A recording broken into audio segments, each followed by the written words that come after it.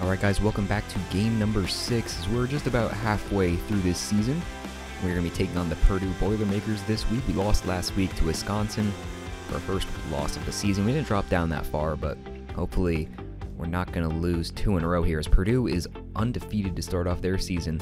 So this should be a pretty good game, and a win here would be huge to enter into our interdivisional play that starts next week with the game against Michigan, I think. So, I have been missing some uploads over the past few weeks. I just finished up the year of school, so now I'll be getting out these videos a little bit faster. I'm thinking probably 1 every 5 days instead of 7, which I've been doing, but I have a lot more time, and also expect some other stuff, some other kind of videos I have planned. That's kind of generic, but you'll just have to wait and see. So we start off with the ball, and Dustin Neal picks up the first kind of big play. He has 5 touchdowns already on the season. That's very good start for him. Nick Lawson losing 3 there. And here's Neal again with another big play, another gain of 15. That's already his 2nd catch of the day, and if he keeps this up, he might even break the record for touchdowns if he can keep up the pace. But here's Henderson trying to throw over. He had a wide open man over the middle. There was no linebacker at all, and he tries to throw it. Kind of looked like he started his throw a little bit, but over the review, he didn't even start moving at all. The ball just got stripped. And Rutgers' first drive starts off with a turnover. And here's David Blau, the quarterback of Purdue. We versed him last time, and I think I might have pronounced his name wrong. I probably should have looked that up. I think it is Blau, though. I'm just going to say that. Maybe it's even a generated player. I don't even know. But we are... And their first drive doesn't really go anywhere, so now we are here.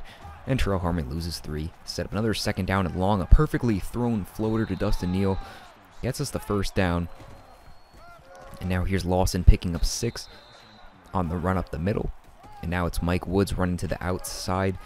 He is caught from behind. He does have the fastest speed of any of our running backs, but he just always seems to get caught from behind on those stretch plays. His acceleration isn't that great to match his speed. Probably why he was overlooked by some schools, as he was a 5-star recruit.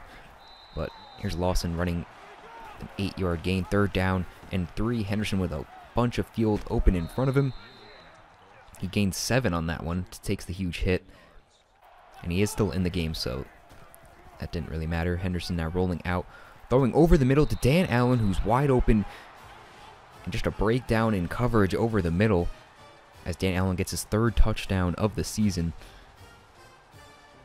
Henderson just saw him breaking free. The defender kind of slipped there, lost his footing, and left Allen open with this opportunity to score the opening touchdown. And as I'm listening to this game, it seems like the audio is a little bit weird. I'm not sure if that's in my headphones or what. It just sounds a little bit weird, so I'll look into that next one. I can't even tell if it's even different than what it usually is, but I'm just rambling. Purdue now with the ball. The 40-yard line. Markel Jones loses 2.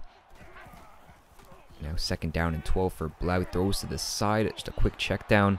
And a few extra yards for Hopkins there. And now a 3rd down and 8. Trying to pass for it. And his man's going to run out of bounds. Only a gain of 1. So they're going to attempt the field goal. This is about a 50, maybe a 49 or 50-yard field goal, and they get it. So Purdue, with the 3-point play, now gets this game to a 7-3 score. Nick Lawson with a gain of 6. Lawson now running to the side. He's going to gain 10 there with the spin. He's definitely been our number 1. I thought Mike Woods would play more of a role in this offense, but I mean, Lawson has just been pretty consistent on getting those like 6 to 8 yard plays.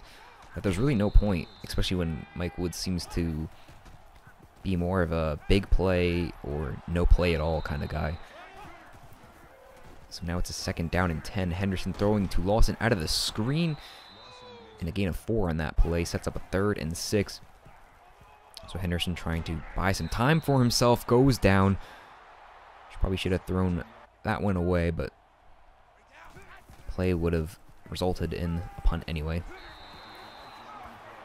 So a 3rd down play. They get it over the middle. That play would have almost definitely led to a punt. But the face mask call, so the unnecessary face mask call, keeps their drive alive and an extra 15 yards for Purdue. It's now Blau looking to throw here. Takes off, is stopped in the backfield. That is Ford on the sack.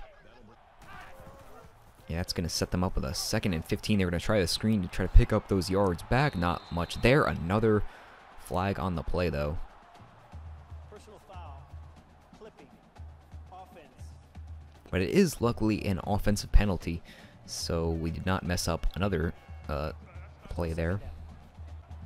2nd and forever now for Purdue, trying to get some of those yards back. There's Herdman for 10. And now a 3rd and long.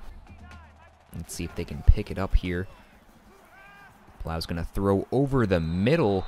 Just a wildly thrown ball, and it didn't look like he was open anyway. Kai Hester was covering him pretty closely. So we get the ball back. Dustin Neal gets the first play and gets a gain of 10.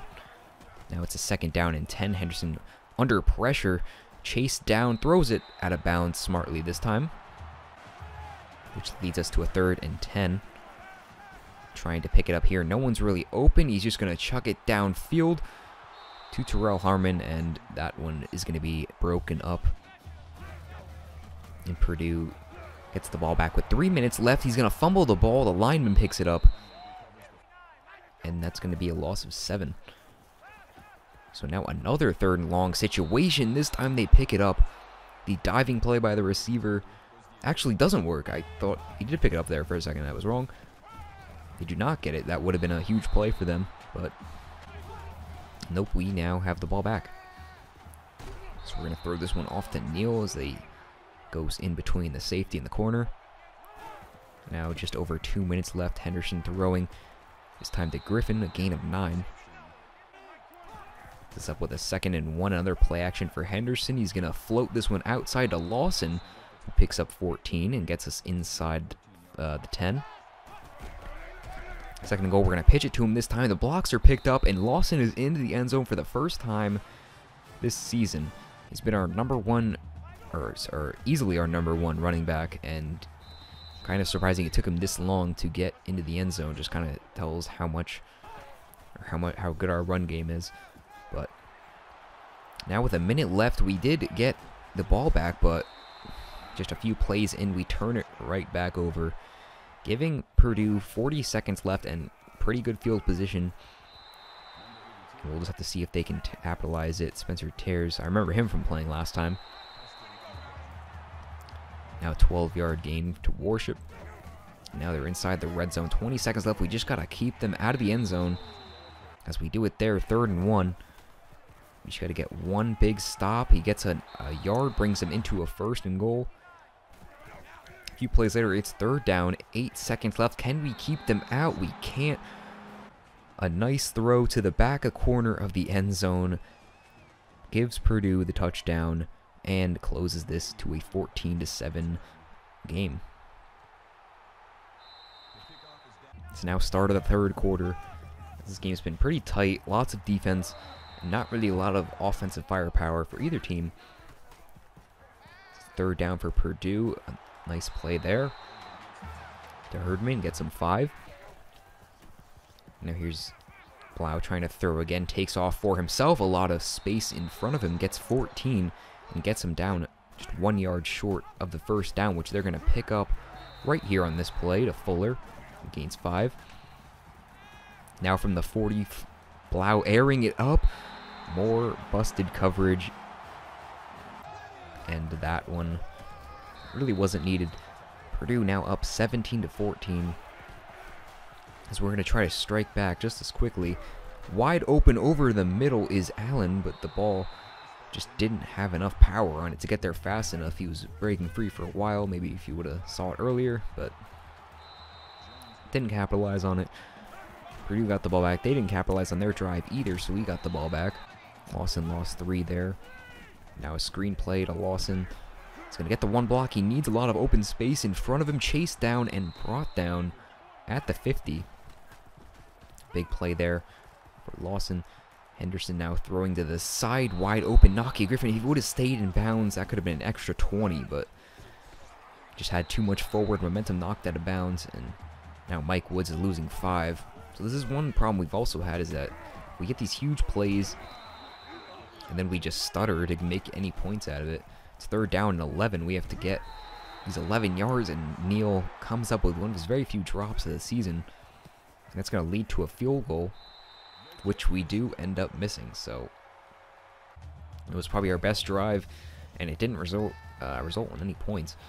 And now, just making it look easy, is David Cobb is getting 34 yards.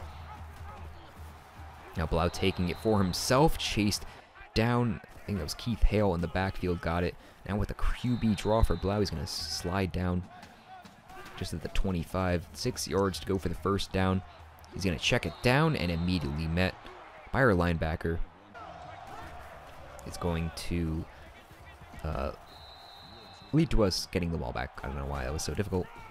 Now Henderson's going to do a little fake play, bounces off on that fake jet screen. I don't even think that's how the play is supposed to work, but it ended up working, so I'm not that mad. 3rd down and 2 for Henderson, taking off for it, gets the 2 yards he needs and takes another unnecessary hit. He needs to start sliding to not to avoid unnecessary injury. Now Henderson throwing, and luckily that one was not picked off. That was very easy that was an easy play for the linebacker. Keeps the drive going, and now an underthrown ball by Henderson, as he did have Terrell Harmon turning back, ready for the catch, and he just throws it towards his feet, and that's just an uncatchable ball. And now Purdue with the ball. They're up by 6, so if they can capitalize here, they get in field goal range, I guess. That was almost like a 50-yard field goal, so they missed that. So luckily, it's still a 1-score game. 4 minutes left. We don't capitalize on anything. We turn it right back over. And now Purdue with the ball. We can stop them here, so back-to-back quick drives, 3 and outs for both teams. Luckily, our offense has not been heating up, but our defense has, has been keeping us in this game at this point, as this game seems like Purdue is getting the best of us. But if we can capitalize here, we may actually have a shot if we can get the touchdown and the extra point. Here's Dan Allen picking up the 1st down, and we are about to get under 2 minutes left in this game. Henderson's going to float this one off to Neal. He takes a ginormous hit and slow to get up for Dustin Neal, but a huge play, and here's Harmon losing 5, so another huge play and another huge loss. 3rd and 15. Allen gets the play down at the 6. 1st and goal. Pitching it out to Woods. Doesn't get anything there. Loss of 2, actually. 37 seconds left. Henderson's going to float this one up to the end zone. Does not get that one in. Henderson with 41 passing attempts on the day. I think that's the most we've seen in this entire series. The run game hasn't been doing much in this game. We get it off to who else but Dustin Neal, his 6th touchdown of the year. If he can keep this up, he will have probably over 12. He needs to get more than 10 to break the Rutgers single season record, so keep that number in mind. It's the number we need to get to is 10. But yeah, 6 on the season, and with the extra point, we take the lead with 30 seconds left. And this is a game I feel like we absolutely should not be winning, but Purdue just can't answer back, and their first play trying to get back in this game, and Keith Hale takes it, intercepts it, pick 6, and that just put the dagger in the coffin for Purdue. We didn't go for 2, we should have, because they're going to get a huge play right here, as it's still a 1-possession game. If we would have went for 2, we would have possibly put this up 2 possessions, but they get a huge play. 15 seconds left, and they, might get this if we can't get a stop here. Of course, our guy tackles him out of bounds. Nothing is going good for us right now. They're going to try a draw play with 10 seconds left. Interesting play call. Last play of the game. Blau's going to float up for the end zone. Has a man. He drops it. And that's how your game is going to end.